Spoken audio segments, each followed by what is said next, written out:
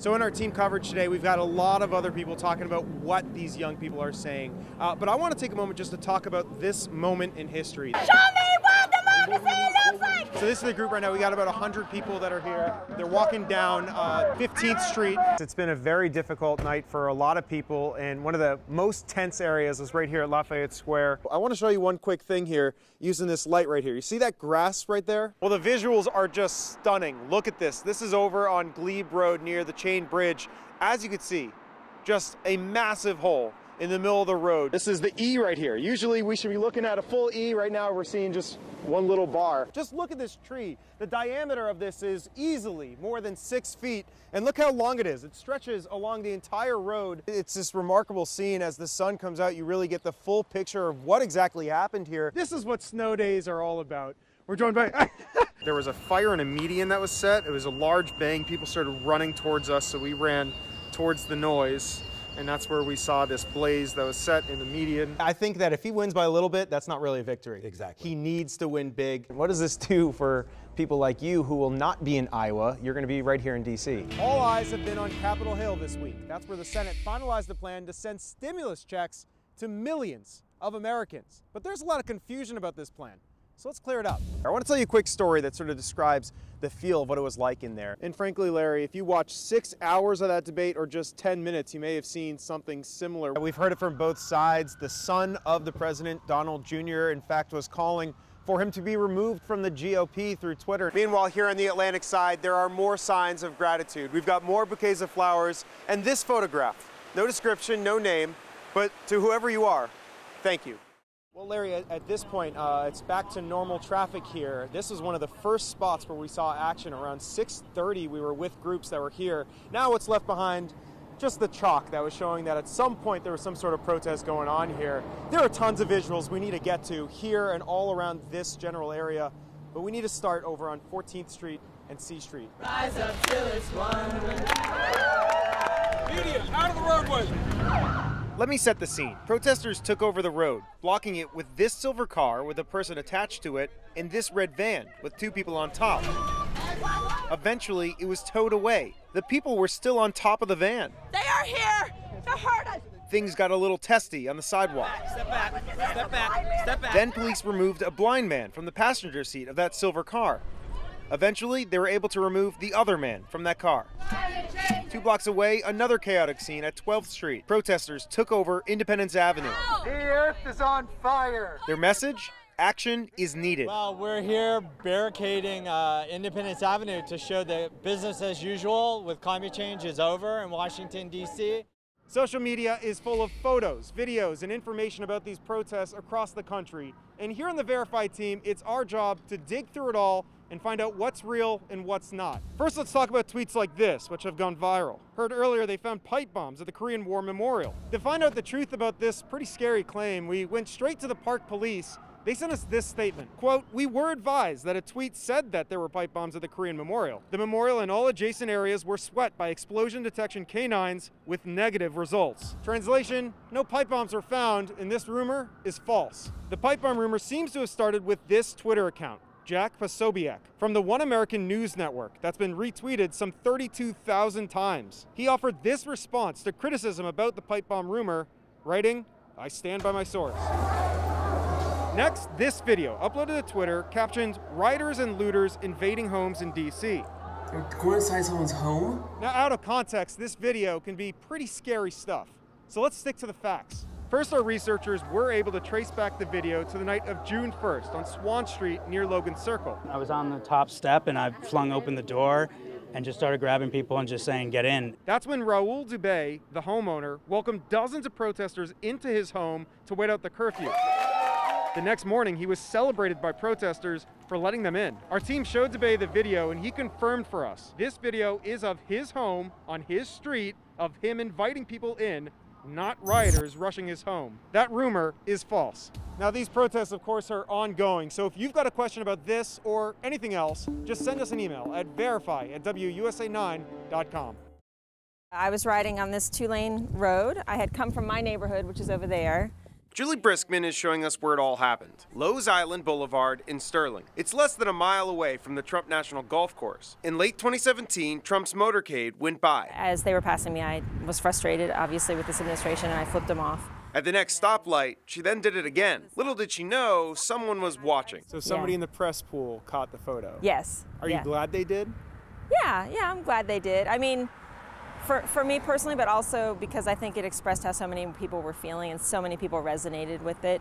It's a photo that quickly spread online, making her a hero for some and an enemy for others. Oh, did you get that? Even while out there, we saw it. Someone stuck the middle finger right at her, and it wasn't a friendly one. I'm a symbol, right? Like, and I'm happy to be that symbol. Back at her home, just a few blocks away, she explains how it escalated from there.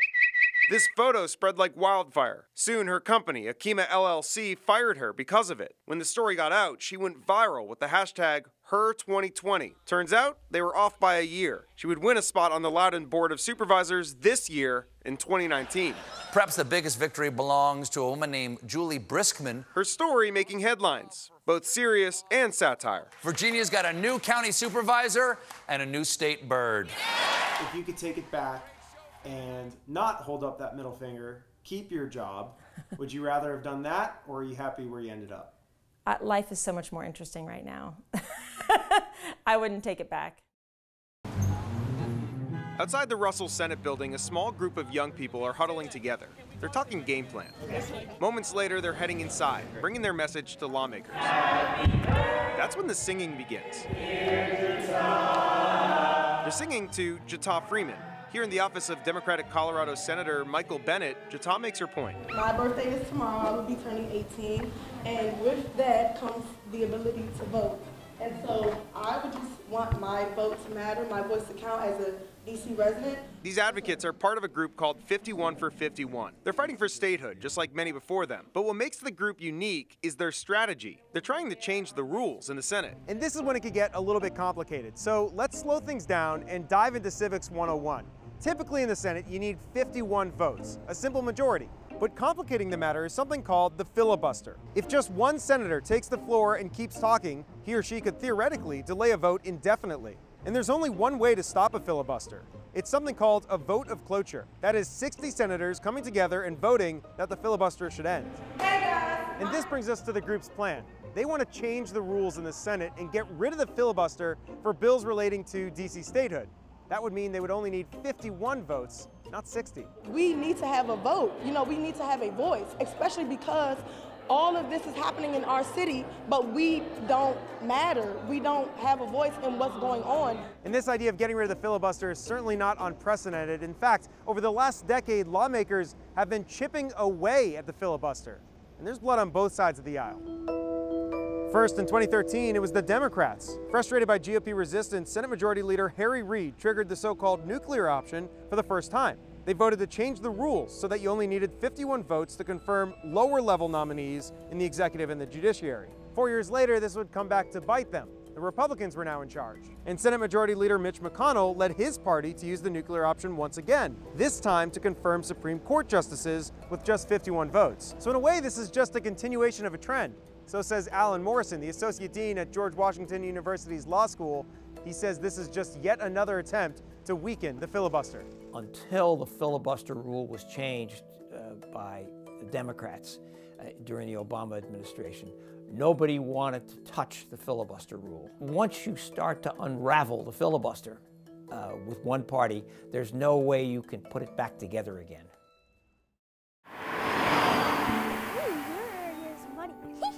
Xander feels normal here. It's this farm over in Bowie called the Big Purple Barn for obvious reasons. And when here, Xander's like a lot of 10-year-olds. The smallest one is Bradley, who my mother calls my cousin. Hey, Bodie, no. Xander plays with the animals here, climbs fences, basically is just a normal kid. I'm used to getting these splinters. But in a lot of ways, Xander also comes here to escape. There's no being bullied here, and there are only a couple true slip-ups. Hello, Coop. Slip-ups. Cooper. As in being misgendered. You see, Xander identifies as non-binary, meaning from a young age, Xander didn't feel like a boy or a girl. That's why Xander goes by they, them, and their, not he or she. I am who I am, and now I'm actually coming out. It's a life that many just don't understand. And, well, yeah. And it's led to a lot of pain for Xander, who's no stranger to ridicule and bullying. That's why we're here today. I don't care if I'm gonna be bullied. I will correct them and move on with my life. I will try to correct this problem. Xander is trying to change people's minds and show them what it really means to be 10 and non-binary. So we were invited to shadow Xander for months through the ups and downs. Xander is a history-obsessed, theater-obsessed kid. None of this would have been possible without the consent of Xander's mom, Rachel. They started noticing or saying that they felt different when they were about in kindergarten. That's when Rachel first started to understand what Xander was going through. Now, some 5 years later, Xander is taking a big step. This year, in the 4th grade, Xander came out to the rest of the class. When Xander told me that they wanted to come out this year, I worried, but I can't show Xander the worry. You see, Xander's a student here at the Heather Hills Elementary School in Bowie. That's where I first met Xander, and right away, Xander told me that coming out wasn't easy. It was very hard. And why? Well, I didn't think they want to be my friend anymore. Xander definitely feels bullied at school. Says kids misgender on purpose, make jokes. Many just don't understand. And some are like, no, you were born this gender, so you have to be this gender for the rest of your life. And that's why the barn has been so special. I like to give the tours. It's a place where Xander feels safe. Over there, by the white car. Something Xander doesn't feel at school. It's getting so out of hand that I'm having to, if you do this one more time, I will tell Miss Manuel, the principal. And the school is trying to address this. They didn't want to speak on camera, but told us that teachers were given training in August on what it means to be non-binary, and the teachers were taught about Xander's pronouns. The school also identified so-called safe staff to help Xander deal with problems at school. They're also training the students. The school counselor spoke with Xander's class 2 times about what it means to be non-binary and about Xander's pronouns. And the entire school took part in diversity training, 3 hours over 6 weeks, in which part of the focus was on gender identity.